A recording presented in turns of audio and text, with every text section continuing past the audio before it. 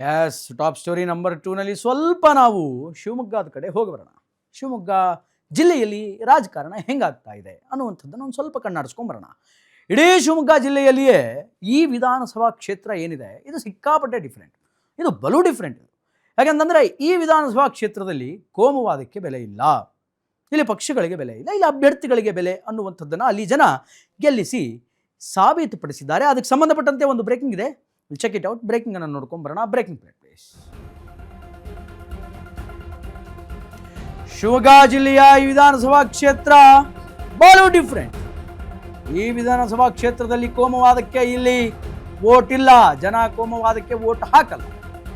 ಈ ಅಸೆಂಬ್ಲಿ ಸೆಗ್ಮೆಂಟ್ನಲ್ಲಿ ಏನಾದರೂ ವ್ಯಕ್ತಿ ಪ್ರಾಬಲ್ಯದ ರಾಜಕಾರಣ ಮಾತ್ರ.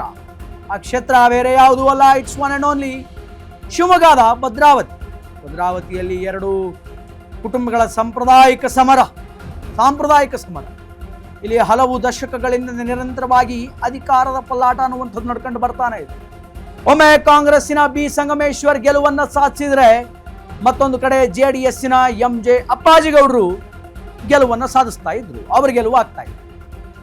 ಅಪ್ಪಾಜಿಗೌಡರು ತೀರ್ಕೊಂಡ ನಂತರ BK ಸಂಗಮೇಶ್ ಕೈ ಪಕ್ಷದಿಂದ ಗೆಲುವನ್ನು ಸಾಧಿಸಿದರು. 2023 ಚುನಾವಣೆಯಲ್ಲಿ ಗೆಲುವನ್ನು ಸಾಧಿಸಿದಂತಹ BK ಸಂಗಮೇಶ್. ಆದರೆ ಮುಂದಿನ ಬಾರಿ BK ಸಂಗಮೇಶ್ವರ್ ಗೆಲ್ತಾರ?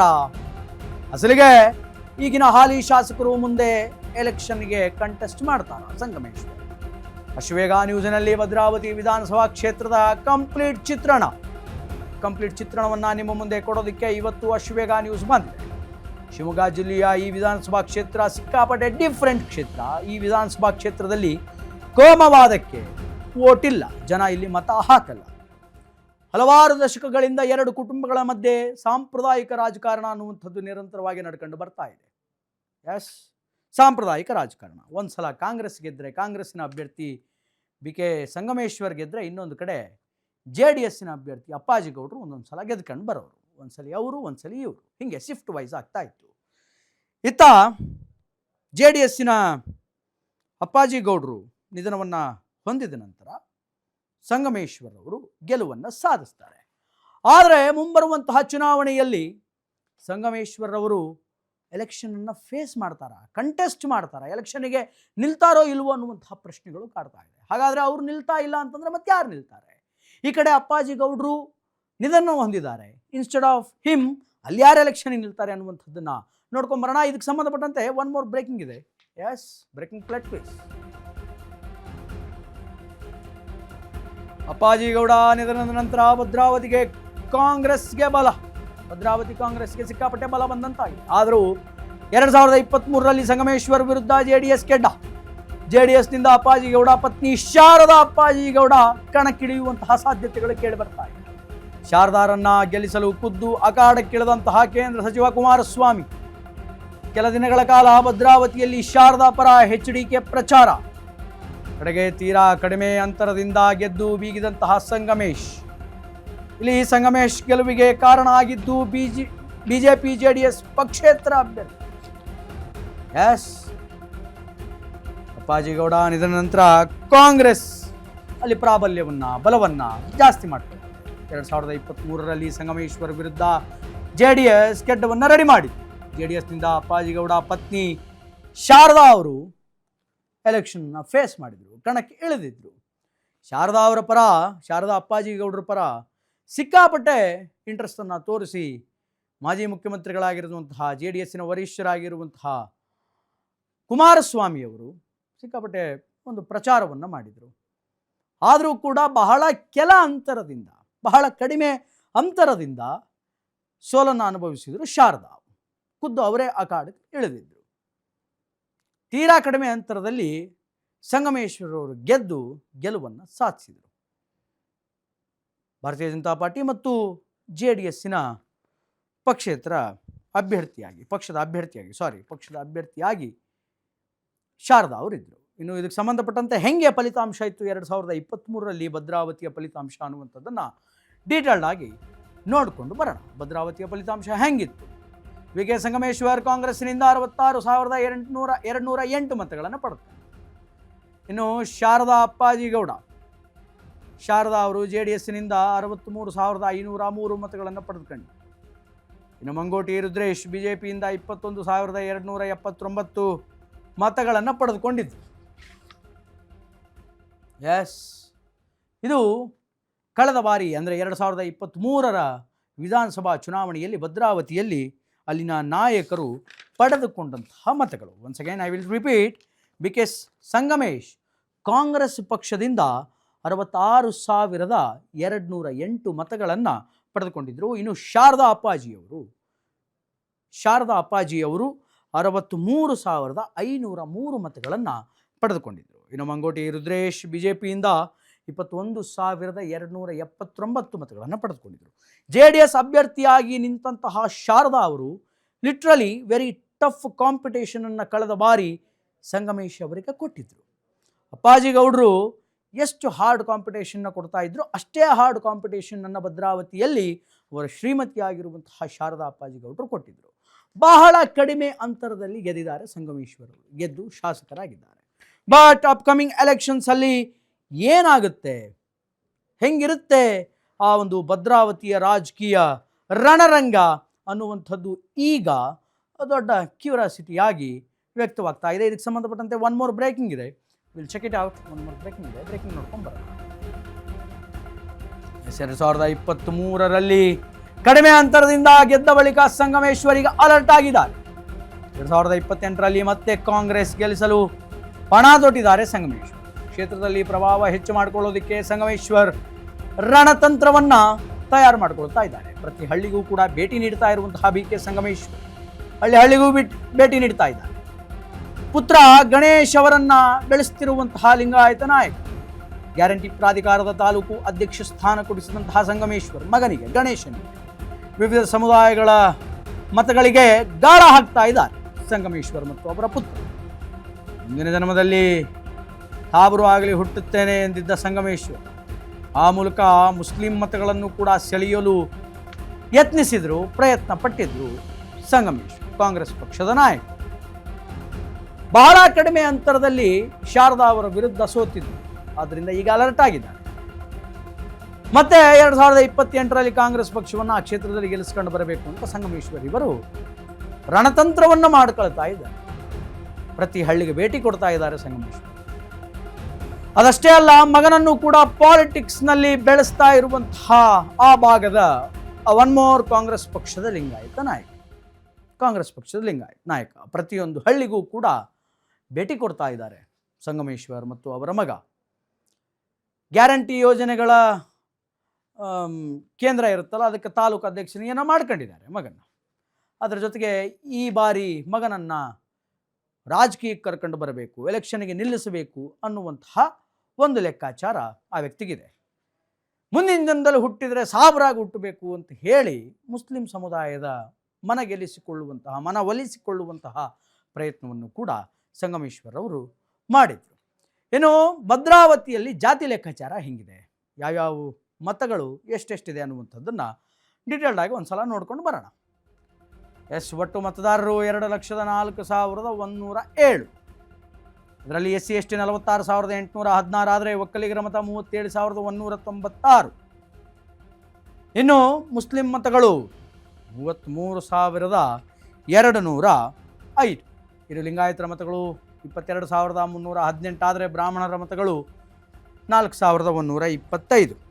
ಇದು ಭದ್ರಾವತಿಯಲ್ಲಿ ಮತದ ಪಟ್ಟಿ. ಇನ್ನು ಇಡಿಗ ಸಮುದಾಯದ ಮತ 4,497 ಇದ್ದರೆ ಕುರುಬ ಸಮುದಾಯದ ಮತಗಳು 13,962ರಷ್ಟಿದೆ. ಒಟ್ಟಾರೆಯಾಗಿ ಭದ್ರಾವತಿ ಕ್ಷೇತ್ರದಲ್ಲಿ ಇದು ಜಾತಿ ಮತಗಳ ಲೆಕ್ಕಾಚಾರ. ಬಹುತೇಕ ಒಕ್ಕಲಿಗರ ಮತಗಳಿಗೆ ಸಮೀಪವಾಗಿ ಒಂದು 4,000 ಡಿಫ್ರೆನ್ಸ್ ಅನ್ಕೊಳ್ಳಿ. ಒಕ್ಕಲಿಗರು 37,196ರಷ್ಟು ಮತಗಳಿದ್ದರೆ ಇಲ್ಲಿ ಮುಸ್ಲಿಮರು 33,205 ಮತಗಳನ್ನು ಹೊಂದಿದ್ದಾರೆ ಈ ಭದ್ರಾವತಿ ವಿಧಾನಸಭಾ ಕ್ಷೇತ್ರದಲ್ಲಿ. ದ್ಯಾಟ್ಸ್ ದ ರೀಸನ್ ಸಂಗಮೇಶ್ವರ್ ಅವರು ಆ ಮತಗಳನ್ನು ಒಲಿಸಿಕೊಳ್ಳುವುದಕ್ಕೆ, ತಮ್ಮ ಕಡೆ ಸೆಳೆಯೋದಕ್ಕೆ ಆ ಮತನ ಹೇಳಿದರು ಅಂತ ಅಂದುಕೊಳ್ಳಬಹುದು. We don't know. ಇನ್ನು ಇದಕ್ಕೆ ಸಂಬಂಧಪಟ್ಟಂತೆ ಇನ್ನೊಂದು ಬ್ರೇಕಿಂಗ್ ಇದೆ. ಮಗನನ್ನು ರಾಜಕೀಯಕ್ಕೆ ಕರೆದುಕೊಂಡು ಬರೋದಕ್ಕೆ ಏನೆಲ್ಲ ಕಸರತ್ತು ಮಾಡ್ತಾ ಇದ್ದಾರೆ ಸಂಗಮೇಶ್ವರ್ ಅನ್ನುವಂಥದ್ದನ್ನು ನೋಡ್ಕೊಂಡು ಬರೋಣ. ಚುನಾವಣೆಯ ರಾಜಕೀಯಕ್ಕೆ ಈಗ ಗುಡ್ ಬೈ ಅಂತಿದ್ದಾರೆ ಬಿ ಕೆ ಸಂಗಮೇಶ್ವರ್. 2028ರಲ್ಲಿ ಸಂಗಮೇಶ್ವರರ ಮಗ ಗಣೇಶ್ಗೆ ಕಾಂಗ್ರೆಸ್ ಟಿಕೆಟ್ ಫಿಕ್ಸ್ ಆಗುತ್ತಾ? ಗಣೇಶ್ ಮುಂದಿನ ಕಾಂಗ್ರೆಸ್ ಅಭ್ಯರ್ಥಿ ಅಂತ ಘೋಷಿಸಿರುವಂತಹ ಸಂಗಮೇಶ್ವರ್ ನನ್ನ ಬದಲಿಗೆ ಮಗ ಸ್ಪರ್ಧೆ ಮಾಡಲಿದ್ದಾನೆ ಅಂತ ಘೋಷಣೆಯನ್ನ ಮಾಡಿದ. ಜೆಡಿಎಸ್ನಿಂದ ಮತ್ತೆ ಶಾರದಾ ಅಪ್ಪಾಜಿ ಗೌಡ ಕಣಕ್ಕಿಳಿಯೋದು ಪಕ್ಕಾ. ಎಸ್, ಪಕ್ಕಾ. ಭದ್ರಾವತಿಯಲ್ಲಿ ಬಿಜೆಪಿ ಹೇಳಿಕೊಳ್ಳುವಷ್ಟು ಬಲಿಷ್ಠವಾಗಿಲ್ಲ. 2023ರಲ್ಲಿ ಬಿಜೆಪಿ ಅಭ್ಯರ್ಥಿಯಾಗಿ ಕಣಕ್ಕೆ ಇಳಿದಿದ್ದ ಮಂಗೋಟಿ ರುದ್ರೇಶ್ ಕೇವಲ 21,279 ಮತಗಳನ್ನು ಗಳಿಸಿದರು. ಆದರೆ ಬಿಜೆಪಿ ಜೆಡಿಎಸ್ ಮೈತ್ರಿ ಆದರೆ ಶಾರದಾ ಅವರು ಅಲ್ಲಿ ಇಂಡಿವಿಜುವಲ್ ಆಗಿ ಎಲೆಕ್ಷನ್ಸನ್ನು ನಿಂತುಕೊಂಡು ಗೆದ್ದು ಬರುವಂತಹ ಬಹುತೇಕ ಚಾನ್ಸಸ್ಗಳಿದೆ. ರೈಟ್ ನಾವು ಈಗ ಸಂಗಮೇಶ್ವರ್ ಅವರು ನಾನು ಎಲೆಕ್ಷನ್ಗೆ ನಿಂತ್ಕೊಳ್ಳಲ್ಲ, ನನ್ನ ಬದಲಾಗಿ ನನ್ನ ಮಗ ಚುನಾವಣೆಯನ್ನು ಫೇಸ್ ಮಾಡ್ತಾನೆ, ಅಂದರೆ ಮುಂಬರುವಂತಹ ವಿಧಾನಸಭಾ ಚುನಾವಣೆಯಲ್ಲಿ ಕಾಂಗ್ರೆಸ್ ಪಕ್ಷದಿಂದ ನನ್ನ ಮಗ ಅಭ್ಯರ್ಥಿಯಾಗಿರ್ತಾನೆ ಅನ್ನುವಂತಹ ಮಾತನ್ನು ಸಂಗಮೇಶ್ವರ್ ಅವರು ಹೇಳಿದರು. ಸಂಗಮೇಶ್ವರ್ ಅವರು ಹೇಳಿದ ಮಾತ್ರಕ್ಕೆ ಅಲ್ಲಿ ಟಿಕೆಟ್ ಸಿಕ್ಬಿಡುತ್ತಾ? ಕಾಂಗ್ರೆಸ್ ಪಕ್ಷ ಅವರ ಮಗ ಆದಂತಹ ಗಣೇಶನನ್ನು ಅಭ್ಯರ್ಥಿಯನ್ನಾಗಿ ಮಾಡಿಬಿಡ್ತಾರಾ? ನೋ. ಮೇಲ್ಗಡೆ ಹೈಕಮಾಂಡ್ ಅನ್ನುವಂಥದ್ದು ಒಂದಿದೆ. ಮುಖ್ಯಮಂತ್ರಿ ಡಿ ಕೆ ಶಿವಕುಮಾರ್ ಅವರಿದ್ದಾರೆ, ಮಾಜಿ ಮುಖ್ಯಮಂತ್ರಿ ಸಿದ್ದರಾಮಯ್ಯನವರಿದ್ದಾರೆ. ಅವರೆಲ್ಲರೂ ತಥಾಸ್ತು ಅನ್ನಬೇಕಲ್ವಾ? ಆಗ ಅದು ಎಕ್ಸಿಕ್ಯೂಟ್ ಆಗುತ್ತೆ. ಬಟ್ ನೋಡೋಣ. ಇನ್ನು ಈ ಕಡೆ ಜೆ ಡಿ ಎಸ್ಸಿನ ಅಭ್ಯರ್ಥಿಯಾಗಿ ಬಹುತೇಕ ಶಾರದಾ ಅಪ್ಪಾಜಿ ಗೌಡರು ಬಹುತೇಕ ಅವರೇ ಅಭ್ಯರ್ಥಿಯಾಗಿ ನಿಂತ್ಕೊಳ್ತಾರೆ. ಯಾಕಂತಂದರೆ ಕಳೆದ ಬಾರಿ ಬಹಳ ಟಫ್ ಫೈಟ್ ಕೊಟ್ಟು ಗೆಲುವಿಗೆ ಹತ್ತಿರ ಹೋಗಿ ವಾಪಸ್ ಬಂದು ಸೋತಂತಹ ಅಭ್ಯರ್ಥಿ ಬಹುತೇಕ ಅವರೇ ಇರ್ತಾರೆ. ಇನ್ನು ಬಿ ಜೆ ಪಿ ಕ್ಯಾಂಡಿಡೇಟ್ ಅಲ್ಲಿ ಕಣಕ್ಕೆ ಇಳಿದರೂ ಕೂಡ ಲಿಟ್ರಲಿ ಯೂಸ್ ಇಲ್ಲ ಅಂತ ಅನಿಸುತ್ತೆ. ಯಾಕಂತಂದರೆ ಬಹಳ ಪ್ರಾಬಲ್ಯ ಇಲ್ಲ. ಮಾಜಿ ಮುಖ್ಯಮಂತ್ರಿಗಳ ಜಿಲ್ಲೆಯಾದರೂ ಕೂಡ, ಅಂದರೆ ಯಡಿಯೂರಪ್ಪನವರ ಜಿಲ್ಲೆಯಾದರೂ ಕೂಡ ಅಲ್ಲಿ ಪ್ರಾಬಲ್ಯವನ್ನು ಭಾರತೀಯ ಜನತಾ ಪಾರ್ಟಿ ಹೊಂದಿಲ್ಲ. ಇನ್ನು ಸಂಭಾವ್ಯ ಅಭ್ಯರ್ಥಿಗಳು ಯಾರ್ಯಾರಿದ್ದಾರೆ ಮುಂಬರುವಂತಹ ಚುನಾವಣೆಯಲ್ಲಿ, ಅಂದರೆ 2028ರ ವಿಧಾನಸಭಾ ಚುನಾವಣೆಯಲ್ಲಿ ಭದ್ರಾವತಿಯ ಸಂಭಾವ್ಯ ಅಭ್ಯರ್ಥಿಗಳು ಇವರೆಲ್ಲ. ಗಣೇಶ್ ಸಂಗಮೇಶ್ವರ್ ಕಾಂಗ್ರೆಸ್ನಿಂದ ಎಲೆಕ್ಷನ್ ಮಾಡ್ತಾರಾ ನೋಡಬೇಕು. ಇನ್ನು ಶಾರದಾ ಅಪ್ಪಾಜಿ ಗೌಡ್ರು ಜೆ ಡಿ ಎಸ್ಸಿನಿಂದ ಎಲೆಕ್ಷನ್ ಫೇಸ್ ಕಂಟೆಸ್ಟ್ ಮಾಡುವಂತಹ ಸಾಧ್ಯತೆಗಳು ಈಗ ಕೇಳಿ ಬರ್ತಾ ಇದೆ. ಕಾಂಗ್ರೆಸ್ನಿಂದ ಗಣೇಶ್ ಸಂಗಮೇಶ್ವರ್ ಅವರ ಪುತ್ರ. ಇನ್ನು ಈ ಕಡೆ ಅಪ್ಪಾಜಿ ಗೌಡರ ಧರ್ಮಪತ್ನಿ ಶಾರದಾ ಅಪ್ಪಾಜಿ ಜೆ ಡಿ ಎಸ್ಸಿನಿಂದ ಸ್ಪರ್ಧೆ ಮಾಡುವಂತಹ ಸಾಧ್ಯತೆ ಇದೆ. ಇನ್ನು ಈ ಬಗ್ಗೆ ಮಾತಾಡೋದಕ್ಕೆ ಶಿವಮೊಗ್ಗದ ನಮ್ಮ ಪ್ರತಿನಿಧಿ ಅಶ್ವಿನಿ ಅವರು ಸಂಪರ್ಕದಲ್ಲಿದ್ದಾರೆ. ಭದ್ರಾವತಿ ಕಣ ಹೇಗಿದೆ, 2028ರಲ್ಲಿ ಏನೆಲ್ಲ ಆಗುತ್ತೆ, ಹೆಂಗೆಲ್ಲ ರಾಜಕೀಯ ಸ್ಥಿತಿಗತಿಗಳು ಅಲ್ಲಿ ನಿರ್ಮಾಣವಾಗುತ್ತೆ ಅನ್ನುವಂಥದ್ದನ್ನು ಕೇಳೋಣ. ಹೌದು, 2028ರ ವಿಧಾನಸಭಾ ಕ್ಷೇತ್ರದ ಚುನಾವಣೆ ಸಮೀಪಿಸ್ತಾ ಇದೆ. ಈ ನಿಟ್ಟಿನಲ್ಲಿ ಎಲ್ಲ ರಾಜಕೀಯ ಪಕ್ಷಗಳು ತಮ್ಮ ತಂತ್ರಗಾರಿಕೆಯನ್ನು ಪ್ರಾರಂಭ ಮಾಡಿಕೊಂಡಿದ್ದಾವೆ. ಇವತ್ತು ಇರುವಂತಹ ಕ್ಷೇತ್ರ ಮತ್ಯಾವುದೂ ಅಲ್ಲ, ಶಿವಮೊಗ್ಗ ಜಿಲ್ಲೆಯ ಭದ್ರಾವತಿ ವಿಧಾನಸಭಾ ಕ್ಷೇತ್ರ. ಭದ್ರಾವತಿ ಅಂದ ತಕ್ಷಣ ಕೇಳಿ ಬರುವಂತಹದ್ದು ಎರಡು ಕುಟುಂಬಗಳ ನಡುವಿನ ಕಾಳಗ ಅಂತಾನೆ ಹೇಳ್ಬೋದಾಗಿದೆ. ಒಂದು ಬಿ ಕೆ ಸಂಗಮೇಶ್ವರ್ ಅವರ ಕುಟುಂಬ ಆದರೆ ಮತ್ತೊಂದು ದಿವಂಗತ ಎಂ ಜೆ ಅಪ್ಪಾಜಿ ಗೌಡ ಅವರ ಕುಟುಂಬವಾಗಿದೆ. ಇನ್ನು ಎಂ ಜೆ ಅಪ್ಪಾಜಿ ಗೌಡ ಅವರು ಬದುಕಿರುವವರೆಗೂ ಕೂಡ ಸಂಗಮೇಶ್ವರ್ ಅವರಿಗೆ ಟಫ್ ಫೈಟ್ ಅನ್ನ ಕೊಡ್ತಾ ಇದ್ರು. ಚುನಾವಣೆ ಬಂದಾಗ ಒಂದು ಬಾರಿ ಸಂಗಮೇಶ್ವರ್ ಅವರು ಗೆಲುವನ್ನ ಸಾಧಿಸಿದ್ರೆ ಮತ್ತೊಂದು ಬಾರಿ ಅಪ್ಪಾಜಿ ಗೌಡ ಅವರು ಗೆಲುವನ್ನ ಸಾಧಿಸ್ತಾ ಇದ್ರು. ಅವರ ನಿಧನದ ಬಳಿಕ ಸಂಗಮೇಶ್ವರ್ ಅವರ ಕುಟುಂಬ ಭದ್ರಾವತಿ ಎನ್ನುವ ಭದ್ರಕೋಟೆಯನ್ನ ಅತಿಕ್ರಮಣ ಮಾಡಿಕೊಂಡಿದೆ ಅನ್ನೋದಕ್ಕಿಂತ ಹೆಚ್ಚಾಗಿ ಆವರಿಸಿಕೊಂಡು ಅಲ್ಲಿನ ಹಿಡಿತವನ್ನ ಸಾಧಿಸ್ತಾ ಇದೆ ಅಂತಾನೆ ಹೇಳ್ಬೋದಾಗಿದೆ. ಇನ್ನು 2023ರ ಚುನಾವಣೆಯನ್ನ ನೋಡ್ತಾ ಹೋದ್ರೆ ಕಾಂಗ್ರೆಸ್ನ ಸ್ಪರ್ಧಿಯಾಗಿದ್ದಂತಹ ಬಿ ಕೆ ಸಂಗಮೇಶ್ವರ್ ಅವರಿಗೆ ಟಫ್ ಫೈಟ್ ಕೊಟ್ಟಿದ್ದಂಥದ್ದು ಜೆಡಿಎಸ್ನಿಂದ ಸ್ಪರ್ಧೆ ಮಾಡಿದ್ದಂತಹ ದಿವಂಗತ ಅಪ್ಪಾಜಿ ಗೌಡ ಅವರ ಪತ್ನಿ ಶಾರದಾ ಅಪ್ಪಾಜಿ ಗೌಡ. ಹೌದು, ಸಂಗಮೇಶ್ವರ್ ಅವರನ್ನ ಕಟ್ಟಿ ಹಾಕುವ ನಿಟ್ಟಿನಲ್ಲಿ ಅಂದಿನ ಚುನಾವಣೆಯ ವೇಳೆ ಇಂದಿನ ಕೇಂದ್ರ ಸಚಿವರಾಗಿರುವಂತಹ ಎಚ್ ಡಿ ಕುಮಾರಸ್ವಾಮಿ ಅವರು ಖುದ್ದಾಗಿ ಅಲ್ಲಿ ಕೆಲ ದಿನಗಳ ಕಾಲ ಪ್ರಚಾರವನ್ನ ಕೈಗೊಂಡಿದ್ರು. ಆ ನಿಟ್ಟಿನಲ್ಲಿ ಹೇಳ್ತಾ ಹೋಗಿದರೆ ಅಂದು ಬಂದಂತಹ ಮತಗಳು ಎಷ್ಟೆಷ್ಟಿತ್ತಪ್ಪ ಅಂದ್ರೆ ಸಂಗಮೇಶ್ವರ್ ಅವರು 66,208 ಮತಗಳನ್ನ ಪಡೆದಿದ್ರು. ಇನ್ನು ಟಫ್ ಫೈಟ್ ಕೊಟ್ಟಂತಹ ಶಾರದಾ ಅಪ್ಪಾಜಿ ಗೌಡ ಅವರು 63,503 ಮತಗಳನ್ನ ಪಡೆದಿದ್ರು. ಆದ್ರೆ ಅಷ್ಟಾಗಿ ಇದುವರೆಗೂ ಕೂಡ ಬಿಜೆಪಿ ತನ್ನ ಖಾತೆಯನ್ನ ಅಲ್ಲಿ ಪ್ರಾರಂಭ ಮಾಡಿಲ್ಲ ಅಂತಾನೆ ಹೇಳ್ಬೋದಾಗಿದೆ. ಪ್ರಬಲ ಬಿಜೆಪಿ ಅಭ್ಯರ್ಥಿ ಇಲ್ಲದೆ ಇರೋದು ಅಲ್ಲಿ ಕಾಂಗ್ರೆಸ್ ಹಾಗೂ ಜೆಡಿಎಸ್ ಹಿಡಿತ ಸಾಧಿಸಲು ಸಾಧ್ಯವಾಗಿದೆ. ಮುಂಬರುವಂತಹ 2028ರ ಚುನಾವಣೆಯಲ್ಲಿ ಕಾಂಗ್ರೆಸ್ನ ಅಭ್ಯರ್ಥಿಯಾಗಿ ಈಗಾಗಲೇ ಏನು ಅಚ್ಚರಿಯ ಅಭ್ಯರ್ಥಿ ಅಂತ ಏನಲ್ಲ, ಈಗಾಗಲೇ ಎಲ್ರಿಗೂ ಗೊತ್ತಿರುವಂತದ್ದು ಕಾಂಗ್ರೆಸ್ನಿಂದ ಸ್ಪರ್ಧೆ ಮಾಡ್ತಾ ಇರೋದು ಸಂಗಮೇಶ್ವರ್ ಅವರ ಪುತ್ರ ಗಣೇಶ್. ಹೌದು, ಗಣೇಶ್ ಅವರು ಈಗಾಗಲೇ ತಂದೆಯ ಜೊತೆ ಹಲವಾರು ಎಲೆಕ್ಷನ್ ಅನ್ನ ಎದುರಿಸಿರೋದ್ರಿಂದ ತಂತ್ರಗಾರಿಕೆ ಅವರಿಗೆ ಗೊತ್ತಿದೆ. ನೆಕ್ಸ್ಟ್ ಟಫ್ ಕಾಂಪಿಟೇಷನ್ ಕೊಡ್ಲಿ, ಅವರು ಅವರ ವೇಯಲ್ಲಿ ಸಿದ್ಧರಾಗಿದ್ದಾರೆ ಅಂತ ಹೇಳ್ಬೋದು. ಇನ್ನು ಜೆಡಿಎಸ್ ಹಾಗೂ ಬಿಜೆಪಿ ಮೈತ್ರಿ ಮಾಡಿಕೊಂಡ್ರೆ ಏನು ಶಾರದಾ ಅಪ್ಪಾಜಿ ಗೌಡ ಅವರೇ ಅಲ್ಲಿನ ಕ್ಯಾಂಡಿಡೇಟ್ ಆಗಿ ಸ್ಪರ್ಧೆ ಮಾಡ್ತಾರೆ. ಏನು ಈ ಮುಂಬರುವ ಚುನಾವಣೆ ಭದ್ರಾವತಿಯಲ್ಲಿ ತುಂಬಾ ಪೈಪೋಟಿ ಇದೆ ಅಂತಾನೆ ಹೇಳ್ಬೋದಾಗಿದೆ. ಯಾಕಂದ್ರೆ ಅಪ್ಪಾಜಿ ಗೌಡರ ಮೇಲಿನ ಒಲವು ಕೂಡ ವರ್ಕೌಟ್ ಆಗುವ ಚಾನ್ಸಸ್ ಇರುತ್ತೆ. ಬಿಕಾಸ್ ಸಂಗಮೇಶ್ವರ್ ಅವರು ಈ ಬಾರಿ ಚುನಾವಣೆಯಲ್ಲಿ ಸ್ಪರ್ಧಿಸೋಲ್ಲ. ಮಗನಿಗೆ ಕೊಡೋ ಬದಲು ಒಂದು ಅವಕಾಶ ಶಾರದಾ ಅಪ್ಪಾಜಿ ಗೌಡ ಅವರಿಗೂ ಕೊಡ್ಬೋದು ಅನ್ನೋದು ಅಲ್ಲಿನ ಮತದಾರರು ಯೋಚನೆ ಮಾಡ್ತಾ ಇರ್ಬೋದು. ಆದ್ರೆ ಕಾಂಗ್ರೆಸ್ನಿಂದ ಈಗಾಗಲೇ ಜನರ ಪರವಾಗಿ ಕೆಲಸ ಮಾಡ್ತಾ ಇರುವಂತಹ ಸಂಗಮೇಶ್ವರ್ ಅವರ ಪುತ್ರ ಗಣೇಶ್ ಅವರು ಕೂಡ ಗೆಲ್ಲೋದ್ರಲ್ಲಿ ಯಾವುದೇ ತರಹದ ಏನು ನಂಬಿಕೆ ಇಲ್ಲ ಅನ್ನೋಂಗಿಲ್ಲ. ಅವರು ಕೂಡ ಗೆಲುವನ್ನ ಸಾಧಿಸಲು ಈಗಾಗಲೇ ತಂತ್ರಗಾರಿಕೆಯನ್ನ ಮಾಡ್ತಾ ಇದ್ದಾರೆ ಅಂತಾನೆ ಹೇಳ್ಬೋದು. ಒಟ್ಟಾರೆ ಹೇಳೋದಾದ್ರೆ 2028ರ ಚುನಾವಣೆ ತುಂಬಾ ಪೈಪೋಟಿಯಿಂದ ಕೂಡಿರುತ್ತೆ ಭದ್ರಾವತಿ ಕ್ಷೇತ್ರಕ್ಕೆ ಅಂತಾನೆ ಹೇಳ್ಬೋದಾಗಿದೆ. ಓಕೆ, ಇದು ಅಲ್ಲಿನ ಒಂದು ಸಂಪೂರ್ಣ ರಾಜಕೀಯ ಚಿತ್ರಣ ಮತ್ತು ಮುಂಬರುವಂತಹ ಚುನಾವಣೆಯಲ್ಲಿ ಏನೆಲ್ಲ ಆಗಲಿಕ್ಕಿದೆ ಅನ್ನುವಂತಹ ವಿಚಾರವನ್ನು ಪ್ರತಿನಿಧಿ ಅಶ್ವಿನಿ ಅವರು ಹೇಳಿದ್ದಾರೆ.